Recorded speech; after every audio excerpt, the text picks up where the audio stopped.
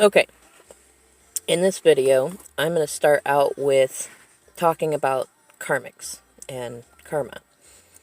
Now, typically, you'll see someone referred to as a karmic when they are like a third party or an ex or somebody that at first you might consider like an interloper.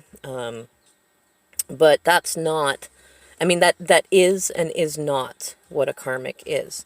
The great irony is when a karmic comes into our lives, it is to help us recognize we are also karmics. And that if we are triggered by said situations, I mean, whether you're in partnership, whether it's with a karmic or with your divine partner, and like say they have interactions with other people, like people are flirting with them or talking with them, or they have special connections with people from their past or exes or things like that, when we feel triggered by them, that is the indication that we have things to work on within inside ourselves, and that is our karmic side coming out. And so that's like, a karmic is a person. It's not just a person, I'll reiterate, but a karmic is a person who reflects our karmic nature back to us. They are somebody that we play out karma with, either earned karma from like us not owning our bullshit and mistreating other people, and I say not or, but and playing out karma that has been passed on to us through our families and through our relationships with other people that we often did not have the self-worth to recognize, did not need to be added to our baggage, and we brought it along with us. And we all always have a karmic side to us. It's part of our dark side. We have the side of us that wants to teach a lesson, or that wants to get even with somebody, or that wants to be possessive or controlling, or wants, it's not just that either, it's the side of us that is insecure, that wants constant attention, affirmation, entertainment, reconnection, security from external sources, things like that.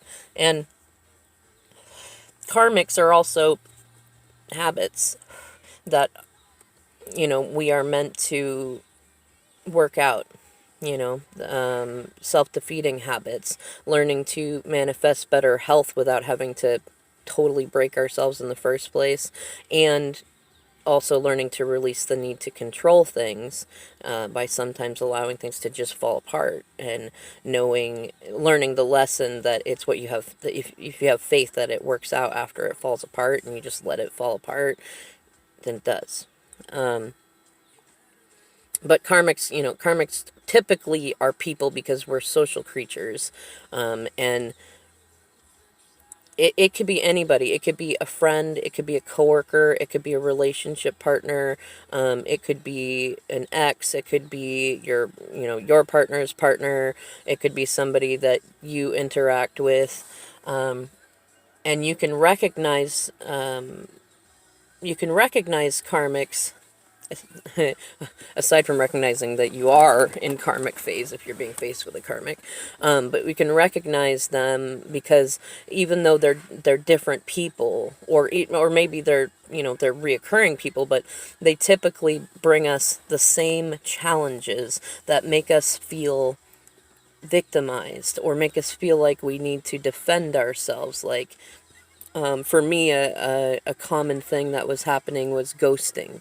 I would get, in fact, for a long time, since I was very young, I've had a fair amount of people that would come to me, and it would be great, and they would tell me all sorts of wonderful things, and I would tell them wonderful things, and I'm thinking, oh, good, this is going somewhere nice, and then I get ghosted, and there's like no explanation in it. But that for me was learning that that was about my fear of abandonment, fear of rejection, which is a mother-father wound that I needed to heal from when I was younger. And grew up with an alcoholic father and a codependent mother and their dynamic. And I didn't know that for a long time. So I would attract guys that were kind of and not just guys, like friends, coworkers, things like that, who would undermine me in a way that felt similar to the way that my parents did, and who would act like I didn't know as much as I feel like I knew, and who would either ghost or who would misrepresent me, who would, only talk about the yucky parts or the things that I don't do right, and not look at the sides that, like, how many times did I do it right? Like, I used to have this joke about I would leave the mustard out. And I did have a big problem for a while with leaving things out. Just, I do have ADHD. It happens. And rather than saying, okay, I can see that this bothers you, I will put it away, I would say, you know what, I've gone through all the food handling classes. I know how things work. Mustard is not going to go bad on the counter. It's fine. But that was a karmic lesson for me, was not the mustard itself, but in being able to receive feedback, in being able to recognize that I had some mother-father wounds in that area, and to see myself as, somebody who came across as not influenceable, who was combative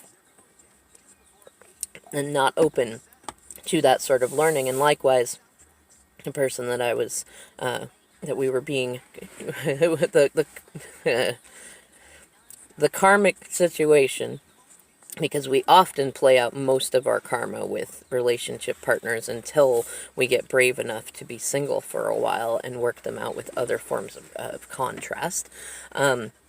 It was triggering. It was triggering for both of us, and there, on the other side of that, it was, him often having to clean up other people's messes, and not recognizing that people aren't doing that because they're lazy or not caring about his feelings and things like that. And, it was both of us triggering each other on that. And that's typically what will happen. Like, we will look for greener grass from different people, whether they're friends or partners or jobs and things like that, until we learn that the grass is only greener where you water it and where you don't require somebody else to take care of it, where you can have picnics on that grass and know that you don't need somebody else to help you trim it. So when they do it, it's awesome. And you can do it for them because you both have all this extra time, because it's easy to take care of your own grass, right? But until then, especially on like soulmate and twin flame journeys, we still act out those karmic parts with each other, really only recognizing the difference when we start to realize that we reflect each other as we grow, and when we hit the height of our karmic play out with each other, usually when one or both partners have achieved a certain level of growth, and stagnancy, as karmics, because with twin flames and soulmates, you tend to keep coming back. You keep coming back. Things keep coming up. You see synchronicities.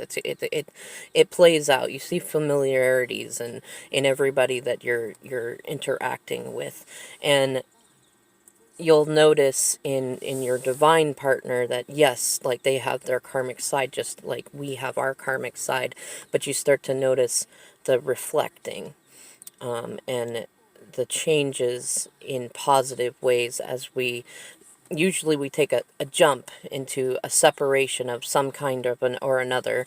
And this can happen even if you haven't met your divine partner yet. It happens when you meet them. You talk about going through similar things. In any case, you hit a point to where there's a certain amount of karma, if you've not been conscious enough, if you've not like naturally listened to all of spirit's calls, because trust me, once you get to a certain point, you see that you had opportunities and you had choices that you could have made it easier on yourself. But typically as humans, and when we're in karmic victim villain stage, we don't want to look at it. It seems scary and like it would be too hard to go in and face our inner demons, for lack of a better way to put it. And then we hit kind of a cataclysmic just stage, and we end up with other karmics. Whether now, if you go the road of like dating yourself, being single, then those karmics tend to be your habits, your thoughts, the things that you said that you wanted to do and haven't been doing because you've been blaming somebody else. Your connections with your family and your friends, and your thoughts about your divine partner, your thoughts about karmics, your work, things of that nature. And if you decide to jump into other relationships, then you work out that stuff with them. You start seeing all the things that you were worried about happening before that kept your old relationship from connecting start to manifest. And usually faster and usually stronger than it was before. And, in both situations, Spirit is helping you see yourself and see them and see how you are a karmic and spot your own karmics, which, are not just people, they're the habits and things like that. And it also helps you build a certain level of compassion for any karmics, whether they be, people, situations, people from your past, present, and people who will be in your future, because you start to recognize that, like, once you really start to leave karmic energy and get into divine energy, you recognize that everybody's on that path in their own way, in their own space, in their own time. And that we all have been karmics. We all have been toxic. We all have been overgivers. We all have been in that space where we thought that being selfless was how you love, was how you keep somebody. And we hit a point where we realized that trying to be selfless is actually one of the most selfish and controlling things we can do in a relationship.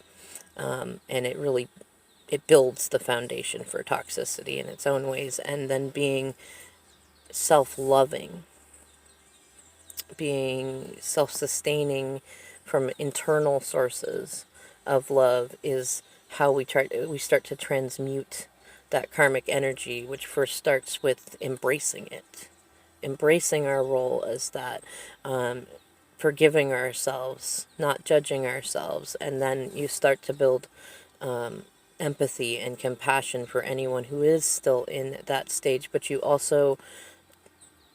get away from feeling like you need to do things for them, because you recognize, just like you were able to hit that resiliency and strength, that they will too, especially when you stop seeing them as a karmic or as a victim or a villain, and you work on yourself.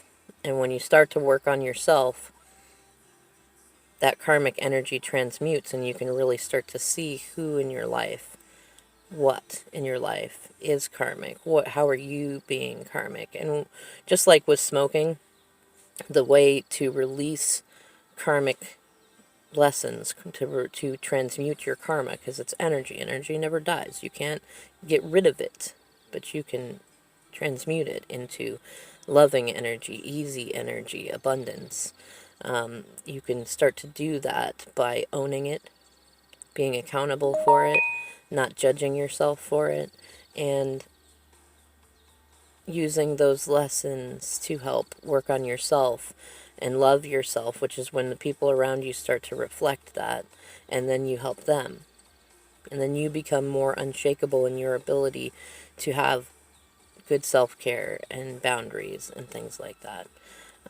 Now, this video is getting a little bit longer than I intended it to be. If anybody has any more specific questions about who or what a karmic is, or what we're intended to learn with karmics, please feel free to leave a message below or send me an email.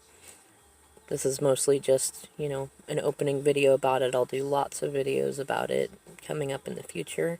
But for right now, if you're recognizing that if you feel triggered by another person, whether it's a friend or an ex or a partner's partner or your partner or somebody at the grocery store who's yelling at people and thinking that they can control who gets in the toilet paper line, whoever it is, recognize that that is always, always, always Spirit's way of saying this is within you. Because we're in a reality where like attracts like.